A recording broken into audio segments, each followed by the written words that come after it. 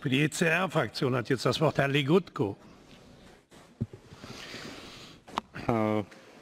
President Hollande, Chancellor Merkel, many have said today that your joint appearance is historic because it shows that the Franco-German engine of Europe is still powering on and we have a radiant future in front of us. But don't you think that this is at least a part of the problem, that one or two countries decide for the rest? And we are altogether 28. And 28 is far more than two. Over the years, the EU, of course, evolved, but my feeling is that its leadership has not. Chancellor Merkel, the events have placed the burden of leadership on your shoulders.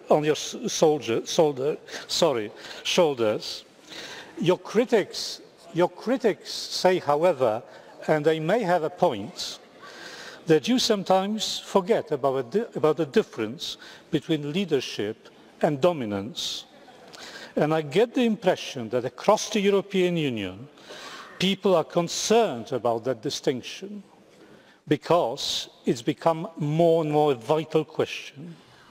And that's part of the reason why we face this crisis over Europe's future. People are concerned that their viewpoint does not matter. Some are ignored, others are bullied, still others are vilified.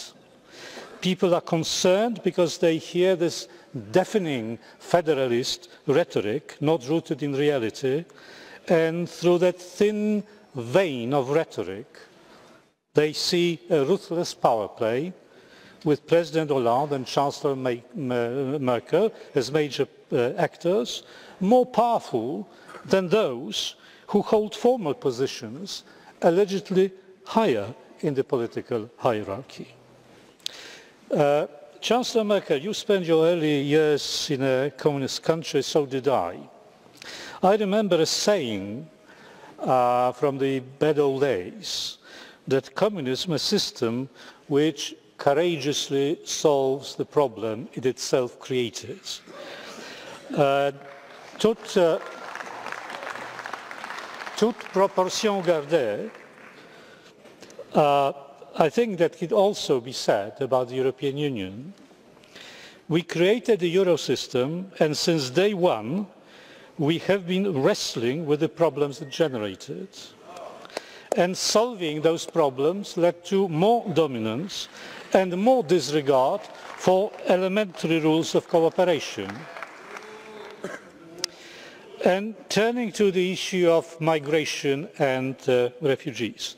Again, a similar story. Of course, the EU did not create the problem, but failed to identify it soon enough, and let me add, has not yet entirely succeeded in identifying it. Why inviting, I'm just wondering, why inviting the immigrants and then cancel the invitation?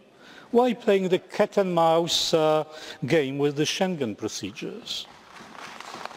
Why this absolutely unbearable confusion of humanitarian, moral and political arguments that obscure the gravity of the crisis we are faced with? I mean, this is not the language of dialogue. I mean, this is the language to obscure things. We cannot really talk to one another using that kind of language.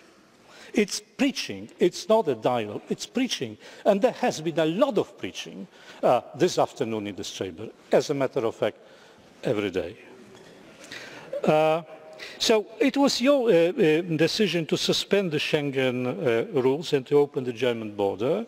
And it was your decision to close the border again. And as far as I know, you did not consult any government or any European institution for that matter. If this is not a proof of dominance, what is? If one wants to have another proof, look at what happened last month at the Home Affairs Council. So this is not the right way of doing things. President Hollande, Chancellor Merkel, let me finish by the following plea, if you will. I urge you to be more responsive to reality. The more European hubris is riding high, the more people are being left behind, not listened to, pushed outside the territory of respectability. This has lasted long enough and cannot go forever. The European politics needs less self-adoration, of which an abundant sample you had today, but it needs more fresh air, clarity and fairness. Otherwise, the EU will be more and more looked at with reluctance, disdain, if not outright hostility. And we do not want it, do we?